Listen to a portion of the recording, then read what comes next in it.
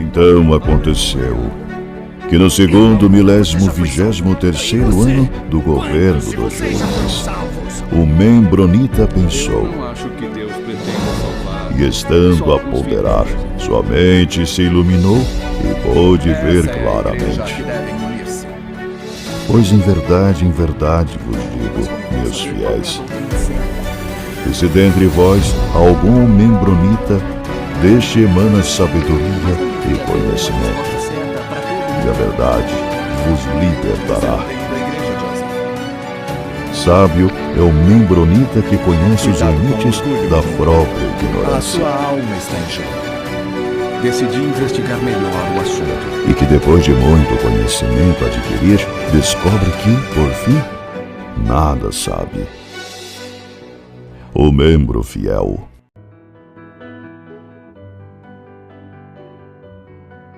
Saudações, membronitas! Eu sou Ozzy e esse é o Membro Pod, seu canal de podcast de estudo da história da Igreja de Jesus Cristo dos Santos dos Últimos Dias. Vamos dar uma olhadinha por que o Willard Chase foi selecionado aqui entre as nossas personalidades mormons para a gente estar discorrendo sobre a vida dele. Ele nasceu em 1798, morreu em 1871, pegou aí toda a história da igreja inicial ali. Foi um entre 10 irmãos, casou com a Melissa Sanders, tiveram 2 filhos. Era um carpinteiro, ele também foi ministro metodista. O Chase esteve envolvido também com essa questão de caça ao tesouro, mesma coisa que Joseph. Tem alguns registros de um dos vizinhos dele que se chama John Stafford. Esse John Stafford comentou que a irmã do Chase, né, a Sally, ela inclusive tinha uma pedra de vidente que ela podia encontrar os tesouros. Pois é, a gente vê que Joseph não era o único visionário na região. A região que o Chase morava era ali em Palmyra. Pois é, Palmyra, pertinho de Joseph mesmo, uma época da vida de Joseph Smith. Em 1833, o Chase fez um juramento, né, que é aquela declaração que eles chamam de affidavit. E essa declaração dele foi registrada no livro Mormonism Unveiled, escrito por E.D. Hall. Esse E.D. Hall aí escreveu esse Mormonism Unveiled contra o mormonismo. Lembra? Ele coletou a declaração de várias pessoas para tentar desbancar a história de Joseph e a história do livro de Mormon. Nosso Chase já no início estava nessa história aí, 1833. Vamos dar uma olhada. Mas já não gostei que ele era caçador de tesouro. Agora a questão é, ele era um golpista também, igual o Joseph, ou ele meio que foi influenciado pela irmã? Vamos dar uma olhada, vamos continuar na história do nosso Chase. Vamos dar uma olhadinha na declaração do Willard Chase, então. No ano de 1822, eu estava envolvido na caça a um tesouro. Eu empreguei Alvin e Joseph Smith. Lembrando que ele era mais velho que Joseph. Não muito, mas era mais velho. Ele é de 798, Joseph de 805, né? 7 aninhos mais velho. Nós encontramos uma pedra de aparência singular. Joseph colocou esta pedra no chapéu e colocou sua face no chapéu. Após a descoberta desta pedra, Joseph começou a anunciar publicamente as maravilhas que ele descobria olhando para ela. Eu pedi que ele devolvesse a pedra novamente a mim. Ele teve esta pedra em sua posse por aproximadamente 2 anos. Então, se localizando em 1822, ele ficou mais ou menos em 1824 com a pedra. Tá. Em algum tempo, em 1825, Hiram veio a mim e pediu que queria esta pedra emprestado. Eu disse a ele que se ele me prometesse e desse sua palavra que devolveria quando eu pedisse novamente, eu poderia entregá-la. No outono de 1826, um amigo me visitou e desejou ver aquela pedra. Então, ao ir à casa de Smith e pedir-lhe a pedra, ele disse: "Você não pode ficar com ela." Eu lhe disse que a pedra me pertencia. Mencionei a promessa que ele me fez na hora que entreguei a pedra. O que logo em seguida ele me encarou com um olhar maligno e disse: "Não me importa a quem diabos ela pertence, você não a terá." Esse foi o relato do Willard Chase. Ainda em 1830 ele estava tentando recuperar essa pedra. Bom, vou fazer algumas considerações aqui. Eu não acredito que aquela pedra tivesse qualquer poder espiritual. Essa questão do Willard estar envolvido com caça ao tesouro também não me cheira muito bem. Por enquanto, a imagem que eu estou criando é de que, cara, ele parecia um oportunista tanto quanto Joseph. Pra mim, tá parecendo que a pedra sim pertencia a ele, porque ele tá batendo nessa tecla de que queria a pedra de volta, que era dele. Mas eu acho que é só a questão de que Joseph estava fazendo fama com essa pedra e ele queria tomar parte nisso também. O Chase também, na declaração dele, comentou que ele ouviu uma versão inicial da história das placas de ouro, contada pelo pai de Joseph, né, o Joseph Smith Sr. No mês de junho de 1827, Joseph Smith, pai, contou-me a seguinte história de que, alguns anos atrás, um espírito apareceu a Joseph, seu filho, em uma visão e informou-lhe que em certo lugar havia um registro em placas de ouro e que era ele quem deveria obtê-los.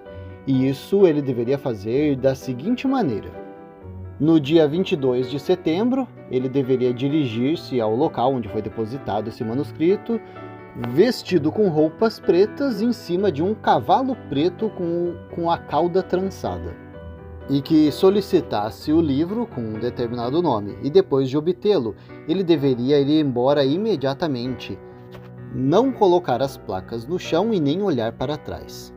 Ele então se vestiu com roupas pretas e pegou emprestado um cavalo preto.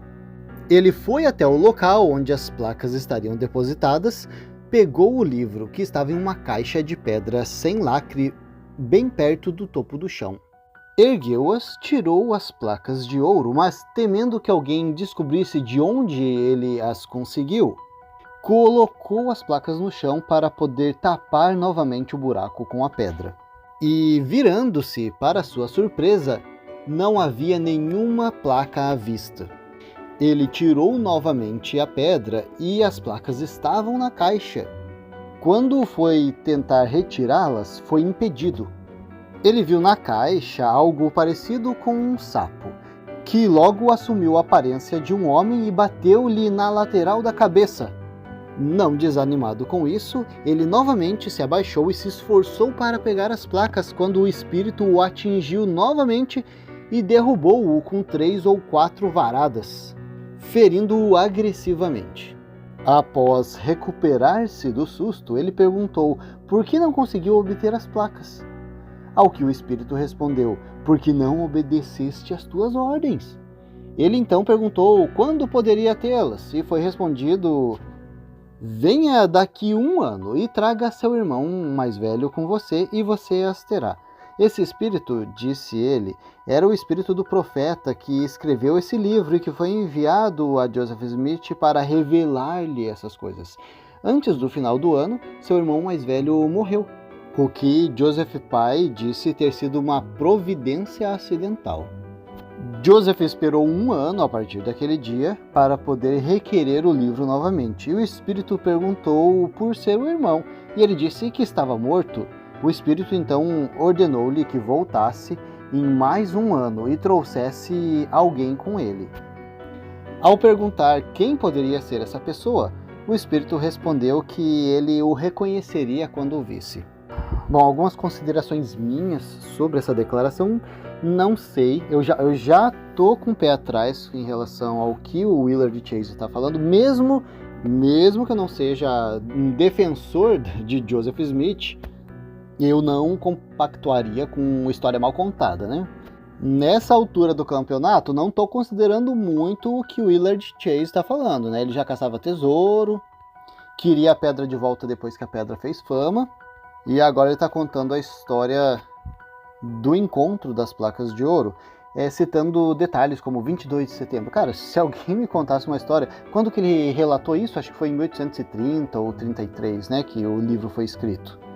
Então ele relatou ali para o A.D. Hall essa história de que ele teve a conversa com Joseph Smith pai em 1827, que Joseph Smith pai falou que em 22 de setembro, cara, eu não ia lembrar de data, a não ser que tenha alguma coisa específica que fez ele guardar na memória essa data, eu não lembraria. Estou considerando essa história ser verídica, mas assim, com um pequeno grau. Bom, o Chase continuou com a declaração dele, né? Ele continuou contando que depois dessa, né, que Joseph precisava de uma outra pessoa para pegar o livro, que ele saberia quem seria, Joseph selecionou então um outro vidente da região que se chamava Samuel T. Lawrence.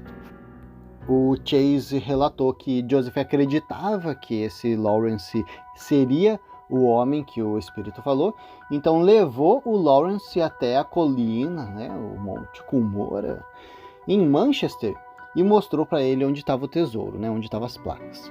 Então o Lawrence, que já dizia que era um vidente, ele conseguiu ver as placas de ouro, mas não só as placas de ouro, ele também viu um par de óculos, né, que no mormonismo mais para frente, né, foi identificado como Urim e Tumim, né, que Joseph olhava através desse tipo de óculos aí para poder traduzir as placas. É uma história bem mal contada, misturada aí com pedra no chapéu e tal, mas vamos seguir a história. O Chase também relatou que quando o Lawrence perguntou, né, se Joseph já tinha pego aquelas placas, né, Joseph falou que não. Diz que o Lawrence alertou Joseph a não contar sobre essas placas por cerca de 2 anos, né? Não fala para ninguém dessas placas aí. Mas, né, o Lawrence relatou que Joseph Smith mais tarde mudou de ideia, dizendo que não, o Samuel Lawrence não é o homem certo. Eu nem disse também o lugar certo para ele. Será que Joseph alegou ter feito tipo uma pegadinha? Falou, olha aqui, olha as placas, né? Mostrou o buraco ou a pedra, o lugar errado. E o Samuel Lawrence falou, mesmo, tô vendo e tal. Seria uma boa saída para tirar o cara da jogada. Então o Chase comentou aí que nessa época era o que? Outono de 1826. Joseph Smith estava querendo ir para Pensilvânia para poder se casar. Olha aí, ó, a gente já falou da Emma anteriormente. Pois é, ó, então antes dele encontrar a Emma, né, logo antes, Joseph já estava com essa história das placas meio que pronta para sair do forno. É por isso que a Emma foi lá ajudar ele com essa questão das placas. E imagino também que é por isso que o Isaac Hale, né, o sogrão, não estava muito feliz com o Joseph. Tá inventando essa história, cara, vai casar com a minha filha, você é louco. Na declaração do Chase, ele também conta sobre essas escavações na propriedade de Josiah Stowell. Vamos ver o que o Chase falou. Agora, ainda sem dinheiro, Joseph começou a pensar em como deveria voltar para Manchester, seu local de residência. Ele elaborou o seguinte plano, que deu muito certo. Ele foi até um velho holandês honesto chamado Stowell e disse-lhe que havia descoberto nas margens do rio Black, na vila de Watertown, uma caverna na qual havia encontrado uma barra de ouro do tamanho da sua perna e com cerca de 1 metro de comprimento, que ele não poderia retirá-la sozinho. E Joseph disse que se Stowell fosse com ele até Manchester para pegar os equipamentos de escavação, Joseph dividiria o ouro com ele. Então Stowell o levou até lá. Pouco tempo depois de chegarem a Manchester, Stowell lembrou Joseph Smith de sua promessa, mas ele respondeu calmamente que não iria, porque sua esposa estaria agora entre estranhos e ficaria muito sozinha se ele fosse embora. O Sr. Stowell foi então obrigado a retornar sem ouro e com menos dinheiro do que veio. Aí o Chase relata também um pedido de baú, né? Lembra que o Chase era marceneiro? Pois é, então Joseph pediu um baú para ele. A gente já viu essa questão aí em algum episódio bem anterior, quando a gente falava sobre Joseph. Vamos dar uma olhadinha o que o Chase falou sobre isso.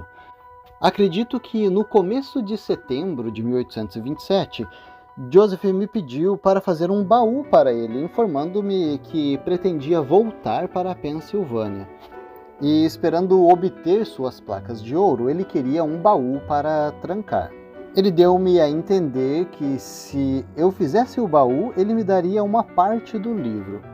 Eu disse a Joseph que eu não fazia negócios dessa forma, mas que se ele trouxesse o livro para mim, eu o trancaria para ele.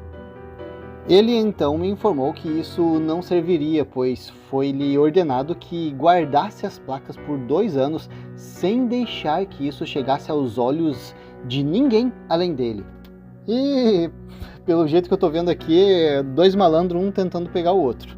Este mandamento, porém, ele não cumpriu, pois em menos de 2 anos, 12 homens disseram ter visto as placas. Eu disse então a Joseph que gostaria de vê-las para me convencer de sua existência, e então eu faria um baú para ele. Mas ele disse que isso não serviria, pois ele deveria ter um baú para trancar o livro, assim que o tirasse do chão. Nos encontramos alguns dias depois, quando ele me disse que eu deveria fazer o baú. Eu lhe disse claramente que não poderia, e então ele me disse que eu não participaria do livro. Pois é, Joseph queria a qualquer custo esconder as placas, né? Tava querendo um baú bonitinho para esconder isso, mas pelo jeito não deu. Teve que colocar o quê? Num paninho, né? Um paninho escondendo.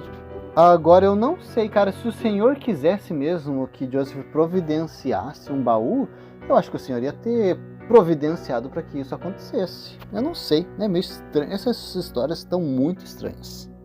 Bom, o Chase não comenta nada sobre tentar obter essas placas à força, mas a Lucy McSmith faz uma declaração mais ou menos assim, né? Ela comentou que, vamos ver o que ela escreveu. 10 ou 12 homens foram espancados por um certo Willard Chase, violento, um líder de classe metodista. E o que era mais ridículo, eles enviaram um mágico para percorrer 60 milhas para adivinhar o local onde as placas estariam depositadas. Bom, sobre a descoberta das placas, o Willard Chase falou mais algumas coisas, né? Vamos ver o que ele disse. Algumas semanas depois dessa conversa, Joseph veio à minha casa e me contou a seguinte história, de que no dia 22 de setembro ele se levantou de manhã cedo e pegou uma carroça e um cavalo de alguém que estava passando a noite na casa deles, sem pedir licença ou permissão. E junto com sua esposa dirigiu-se à colina onde o livro estaria. Deixou sua mulher na carroça à beira da estrada e foi sozinho até o morro, a uma distância de 30 ou 40 varas de estrada. Como é que é isso? Pior que em inglês é isso mesmo, né? Então essa é a maneira que ele mediu a distância. Ele disse que então tirou o livro do chão, escondeu no topo de uma árvore e voltou para casa. Joseph foi trabalhar e depois de cerca de 10 dias... Tendo descoberto que alguém estava procurando as placas, Emma foi avisar Joseph. Ele alugou um cavalo, correu para casa, ficou tempo suficiente para tomar uma xícara de chá e correu para encontrar suas placas. Encontrou-as em segurança, pegou-as de seu esconderijo, enrolou-as, colocou-as embaixo de seu braço e correu seu caminho para casa a uma distância de 2 milhas. Ele disse que elas pareciam pesar entre 30 e 40 quilos. Ao voltar para casa, ele disse que foi atacado por 2 homens na mata. Derrubou os 2 e fugiu. Chegou em segurança e garantiu seu tesouro. Ele então observou que se não fosse por aquela pedra que ele reconheceu pertencer a mim, ele não teria obtido o livro. Alguns dias depois, Joseph disse a um de meus vizinhos que não tinha livro nenhum, que nunca teve, mas que ele contou essa história para poder me enganar, para que eu fizesse um baú. O Chase também relatou quando Joseph encontrou com Martin Harris. Vamos ver, o Chase diz que Smith encontrou um dia nas ruas de Palmyra um homem rico, cujo nome era Martin Harris, e se dirigiu a ele assim: tenho um mandamento de Deus de pedir ao primeiro homem que encontrar na rua que me dê $50 para me ajudar a fazer a obra do Senhor traduzindo a Bíblia Dourada. E o Chase diz que o Martin Harris disse para ele que a mulher do profeta, ou seja, Emma, teria um filho do sexo masculino que, quando atingisse 2 anos de idade, teria o poder de traduzir as placas de ouro. Bom, essas basicamente são as declarações aí do Willard Chase nessa declaração oficial, o affidavit, para o livro do E.D. Hall. E o irmão do Willard Chase, o Abel D. Chase, em 1879, então lá para frente, o Abel fez uma declaração também juramentada, confirmando que essas afirmações feitas aí pelo irmão dele, o Willard, elas eram genuínas. E também um fato curioso é que essa declaração do Chase aí, ela foi uma fonte de inspiração para aquela carta da salamandra, né, que foi uma falsificação feita por quem? Mark Hoffman. A gente vai falar sobre ele mais para frente. Né? Nessa declaração aí, Willard Chase descreve que algo parecido com um sapo apareceu lá para Joseph, que virou, né, um homem e bateu em Joseph. Pois é, então essa coisa é parecida com um sapo. O Mark Hoffman usou para fazer aquela carta da salamandra. Bom, é isso, pessoal. O Willard Chase basicamente ficou conhecido por conta dessa declaração oficial aí que ele deu. Então tá aparecendo aí que ele ficou chateado que ele encontrou aquela pedra junto com Joseph, que ele achava que ele tinha que possuir aquela pedra. Joseph fez um monte de coisa afirmando que, né, foi resultado das visões que ele teve com aquela pedra. Willard Chase queria a parcela dele nisso. Joseph negou, então ele resolveu se virar contra e fazer essas declarações contra Joseph Smith para tentar prejudicar a história da igreja. Eu, Ozzy, particularmente, analisaria cada informação que esse Willard passa com muito cuidado, né?